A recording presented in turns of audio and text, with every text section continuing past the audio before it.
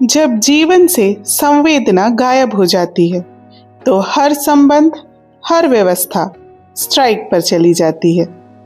आइए पढ़ते हैं भुवनेश्वर की स्ट्राइक एकांकी। क्या होगा जब इंसान अपने ही बनाए नियमों और मशीनों का गुलाम बन जाए, जब भावनाएं, रिश्ते और संवेदना सब कुछ व्यवस्था और लाभ के नीचे दब जाएं। भुवनेश्वर की प्रसिद्ध एकांकी स्ट्राइक इसी सवाल का जवाब देती है। यह कहानी है आधुनिक मनुष्य की, जो इतना व्यस्त हो गया है चलने में कि जीना ही भूल गया है। भुवनेश्वर की एकांकी स्ट्राइक आधुनिक औद्योगिक सभ्यता, पूंजीवादी मानसिकता और मानवीय रिश्तों के विघटन पर गहरी व्यंग्यात्मक टिप्पणी है।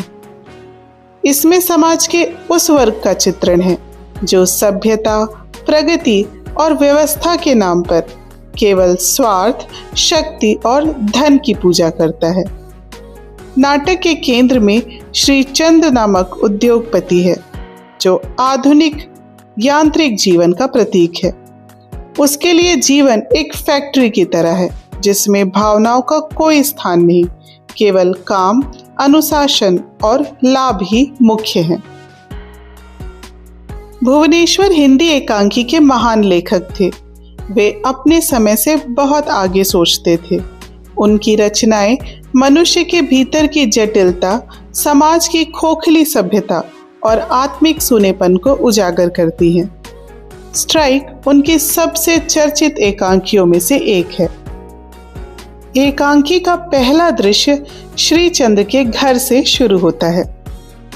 श्रीचंद नाम का उद्योगपति अपनी पत्नी के साथ बैठा है।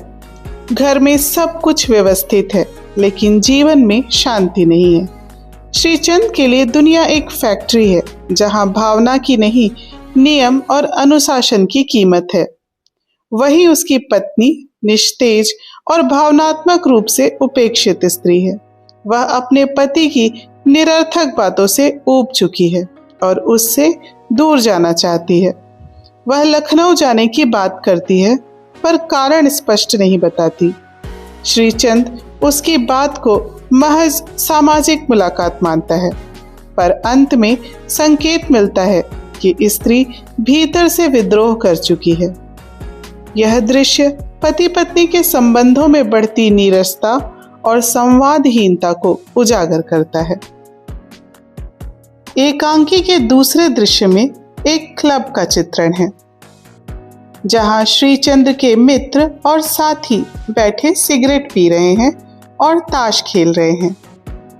यह सभ्य समाज का वह वर्ग है जो बाहरी रूप से शिक्षित, फैशनेबल और प्रतिष्ठित दिखता है, पर भीतर से खोखला और संवेदनहीन है। 3 अधेड़ पुरुष, एक युवक और बाद में आने वाला श्रीचंद, सब कई विषयों पर चर्चा करते हैं, परंतु सबकी बातचीत से यह स्पष्ट होता है कि इन लोगों को समाज की वास्तविक समस्याओं से कोई लेना देना नहीं है।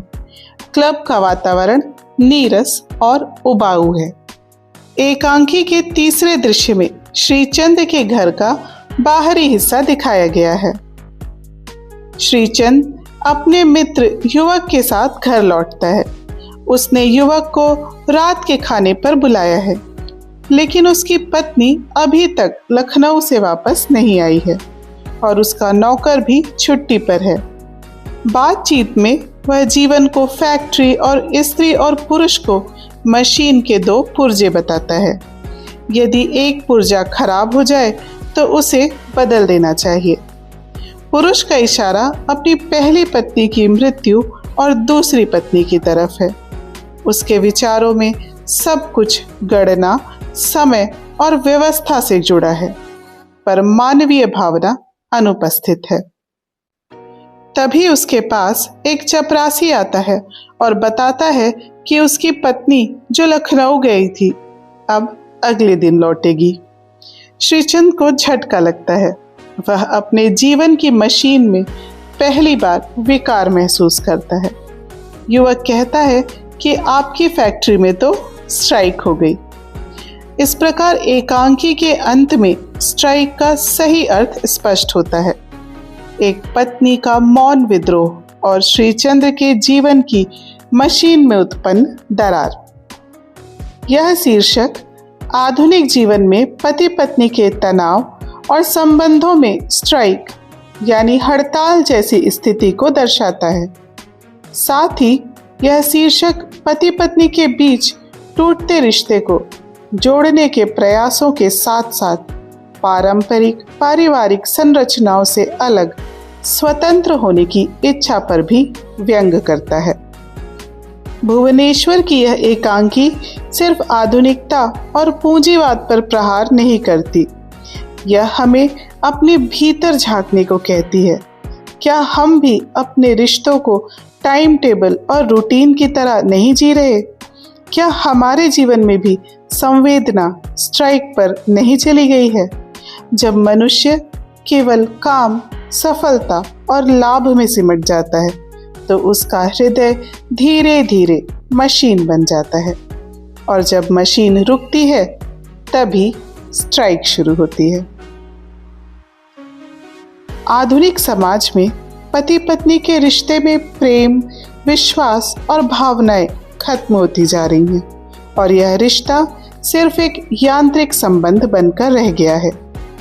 भुवनेश्वर की स्ट्राइक हमें याद दिलाती है कि बिना भावनाओं के जीवन एक बंद फैक्ट्री जैसा है। जब प्रेम, करुणा और संवेदना लौटेगी तभी हमारी स्ट्राइक खत्म होगी। यही इस नाटक का सच्चा संदेश है। धन्यवाद।